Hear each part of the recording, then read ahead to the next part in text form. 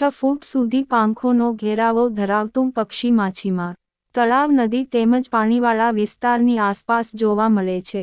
કચ્છમાં પક્ષીઓ વારંવાર જોવા મળતા હોય છે ત્યારે નખત્રાણા તાલુકાના મથલ ડેમ વિસ્તાર તરફ નખત્રાણા વન વિભાગના કેમેરામાં ઓસ્પ્રી માછીમાર પક્ષીની તસવીર કેદ થઈ હતી. તેના વિશે માહિતગાર કરતા વન રક્ષક ધીરજભાઈ વાઘેલાએ જણાવેલ કે ઓસ્પ્રી એટલે માછીમાર લગભગ એન્ટાર્કટિકા સિવાયના તમામ ખંડોમાં જોવા મળી જાય છે. તે માછલીને પોતાનો મુખ્ય ખોરાક તરીકે ઉપયોગ લે છે. હવામાં ઉડતા જ પાણીમાંથી માછલીને પોતાના પંજામાં પકડીને શિકાર કરવાની એક અલગ જ આવડત ધરાવે છે.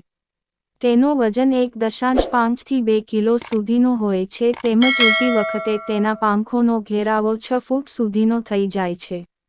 એ હંમેશા તળાવ, નદી તેમજ પાણીવાળા વિસ્તારની આસપાસ જ રહે છે.